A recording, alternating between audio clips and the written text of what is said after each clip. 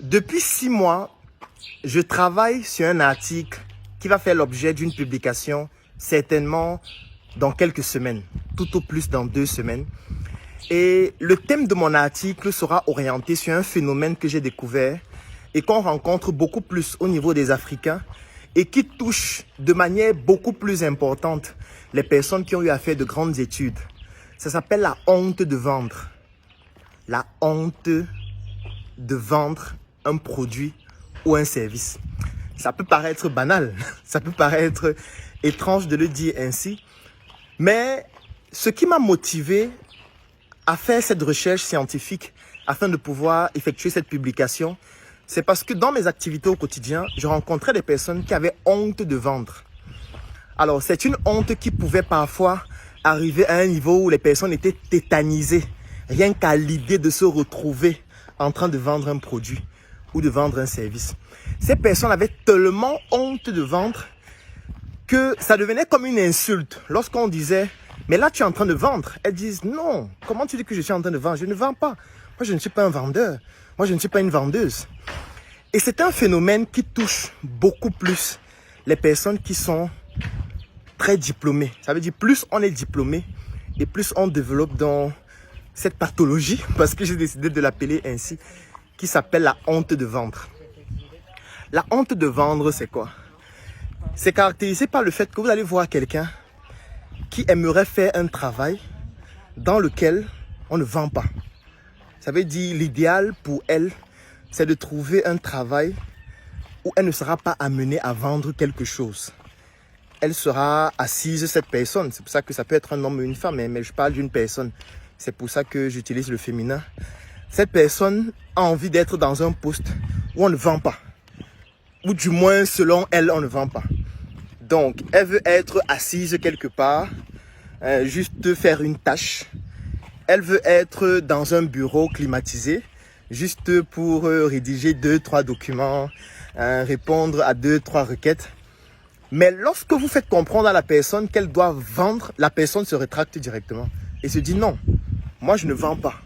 Moi je ne veux pas être dans les trucs où on vend là. Mon métier ne consiste pas à vendre. Ah bon? Ton métier ne consiste pas à vendre? Ah bon? Vous connaissez un métier dans lequel on ne vend pas?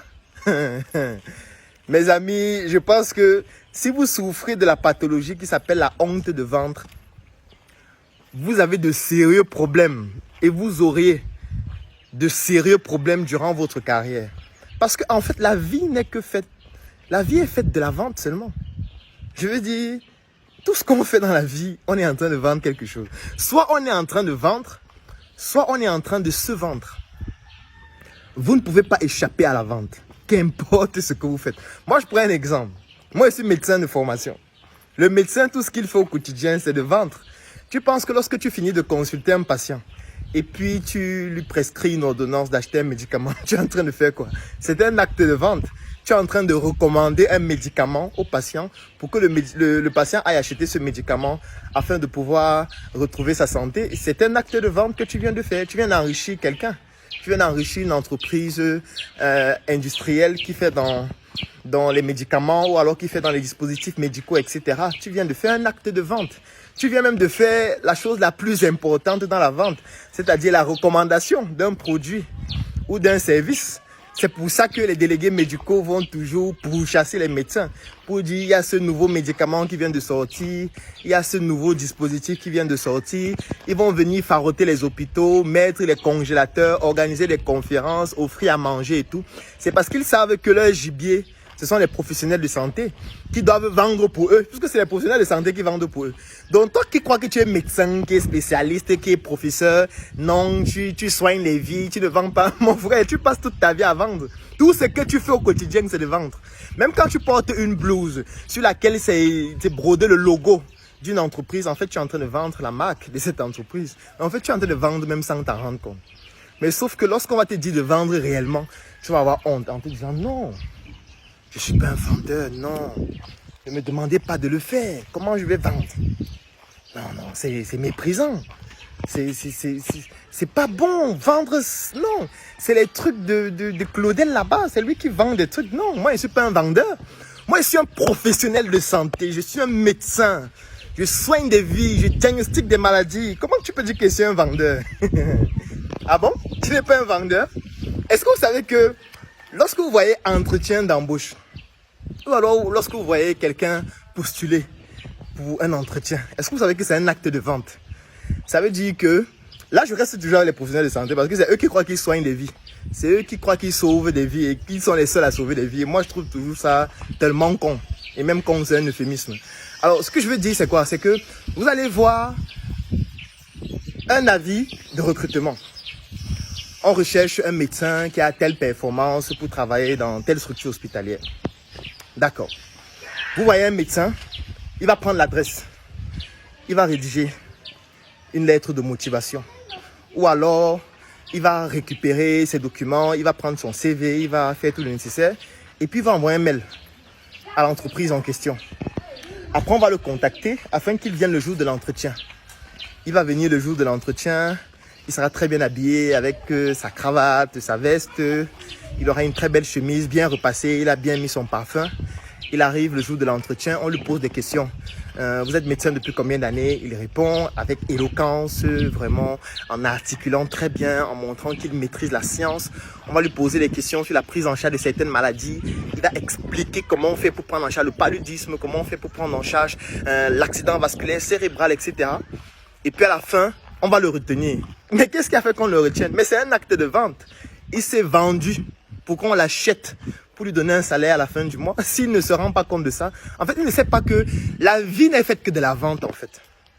Dans la vie, tout ce qu'on fait, c'est de vendre. Il n'y a aucune activité qu'on fait qui ne découle pas directement ou indirectement sur la vente. Vendre, c'est exister.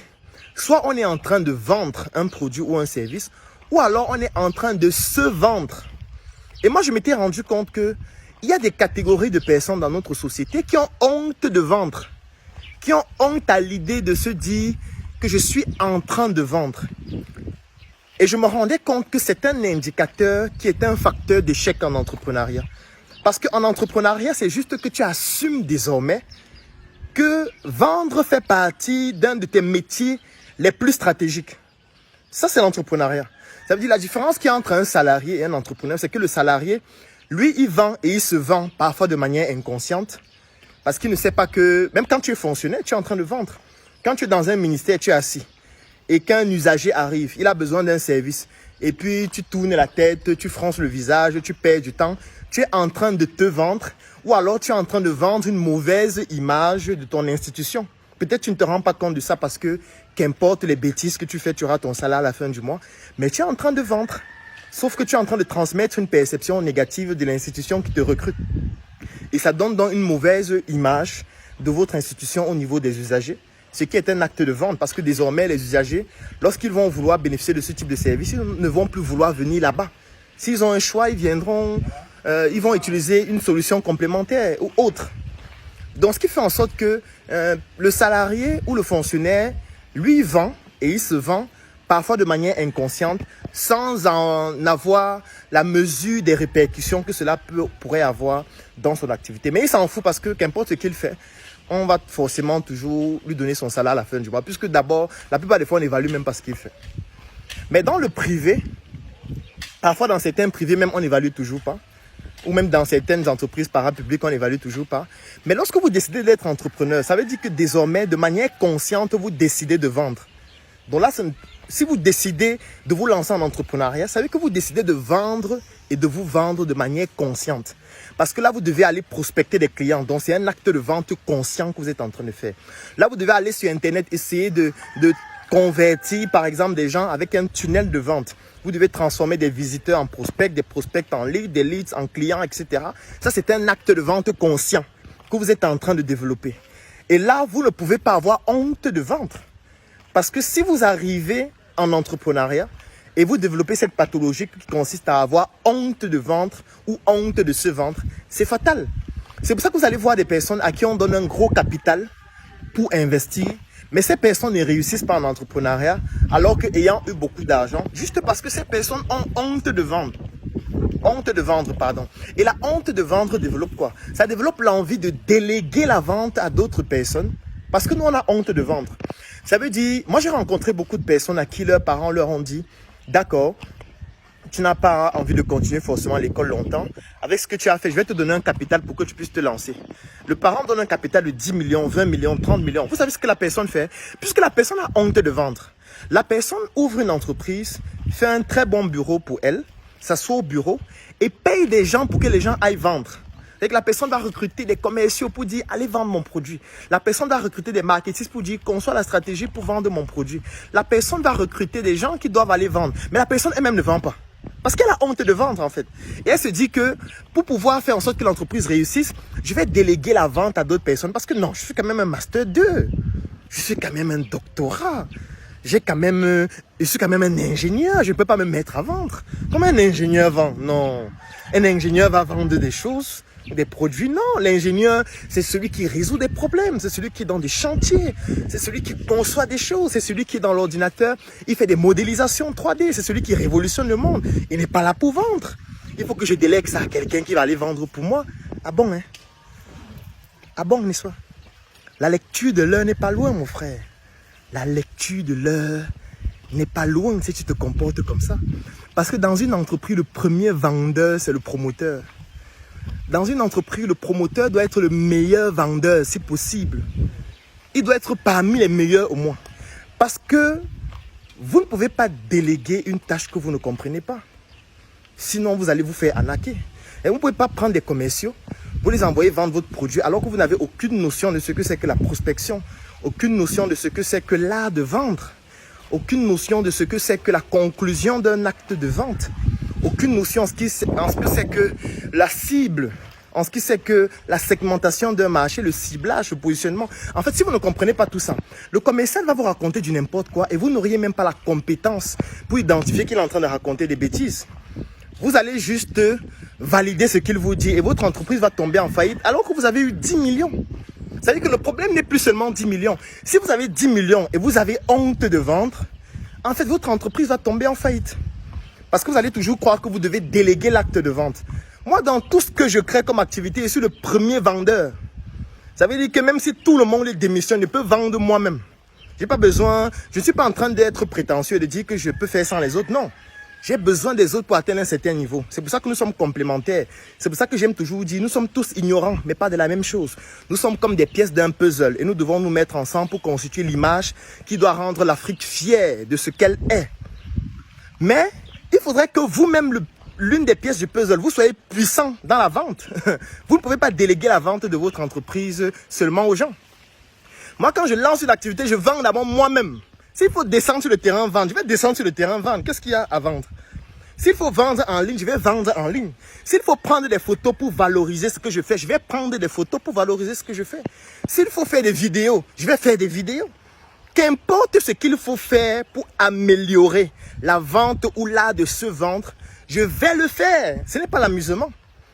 Je ne vais pas rester là à dire que non, comme je suis docteur, je vais prendre l'argent, je vais déléguer à quelqu'un qui va le faire. Non, je lui délègue ce qu'il faut faire, que moi-même j'ai déjà fait. Comment est-ce que je lui donne les instructions sur ce qu'il doit faire? Si moi-même je n'ai pas essayé de faire pour voir les contraintes, ça veut dire qu'il va me raconter des bêtises et moi je vais seulement valider parce que je ne sais même pas de quoi il s'agit. Vous devez apprendre à vendre et à vous vendre. Si vous voulez vous lancer en entrepreneuriat et même si vous êtes salarié. Parce que si vous êtes salarié, vous êtes un maillon essentiel de la chaîne dans votre entreprise. Ça veut dire que rien que vous pouvez, j'ai envie de dire, détruire la crédibilité de votre entreprise en tant qu'un salarié si vous ne savez pas vous vendre ou si vous ne savez pas vendre. Parce que vendre aussi, c'est offrir un service. Le service client, c'est la vente. L'expérience client, c'est la vente. L'expérience patient à l'hôpital, c'est la vente. Quand une infirmière reçoit mal un patient, c'est un acte de vente qu'elle vient de poser qui va, j'ai envie de dire, qui va perturber ou qui va détruire la perception de son hôpital. Ça pourra pousser certains patients à ne plus venir dans cet hôpital parce qu'on les reçoit mal. Ça veut dire que l'acte de vente est mauvais. C'est de ça qu'il s'agit. Donc vous ne pouvez pas dire que la vente ne vous concerne pas. La vente concerne tout le monde.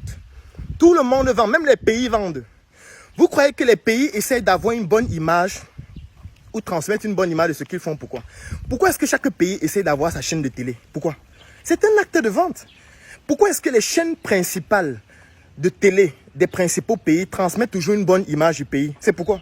C'est parce qu'il faudrait qu'à l'international, les gens qui regardent cette chaîne se disent « ça c'est un bon pays, j'ai envie d'aller là-bas, par exemple en vacances ». Ça augmente le chiffre d'affaires du tourisme du pays. Ça veut dire que le pays, en créant sa chaîne pour transmettre une bonne image, en créant son journal pour transmettre une bonne image, en faisant des documentaires sur son pays pour transmettre une bonne image, c'est un acte de vente que le pays est en train de faire, le pays tout entier. Et toi, tu es qui pour dire que tu as honte de vendre? Tu es fou? Il faut vendre, mon ami. Qu'importe ce que tu fais, tu dois vendre. Soit tu dois vendre un produit ou un service, soit tu dois te vendre pour qu'on te valorise et pour qu'on puisse t'acheter au prix que tu mérites. N'aie pas honte de vendre. Pourquoi tu as honte de vendre? Pourquoi? Pourquoi? Est-ce que tu peux t'en sortir sans vendre? Je veux dire, même quand tu vas au marché acheter un produit, je veux dire, même quand tu as l'argent, tu vas au marché, tu as envie d'acheter une voiture. C'est un acte de vente. Parce que si tu ne sais pas te vendre ou si tu ne sais pas vendre, tu ne pourras pas aussi négocier pour acheter ça au juste prix. On va t'escroquer. Ça veut dire que même si on te donne seulement l'argent, si tu te dis que tu n'as pas besoin de vendre, on va t'escroquer tout le temps. Parce que quand tu vas prendre l'argent pour aller acheter les produits de ceux qui savent vendre, eux, ils sauront que tu as des failles et ils vont t'escroquer en te vendant cher. C'est de ça qu'il s'agit. Donc, il faut savoir vendre, il faut développer des techniques pour vendre. C'est pour ça que le vendredi 13 août à l'hôtel Mancel de Yaoundé, j'organise un événement qui s'appelle Levée de fonds, méthode et stratégie.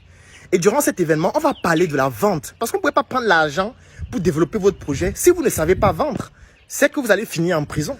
Vous allez donc rentabiliser comment si vous ne savez pas vendre. Et c'est un événement qui va se dérouler donc à l'hôtel Mancel de Yaoundé entre 16h et 20h. Nous allons parler de la vente. Nous allons parler de se vendre.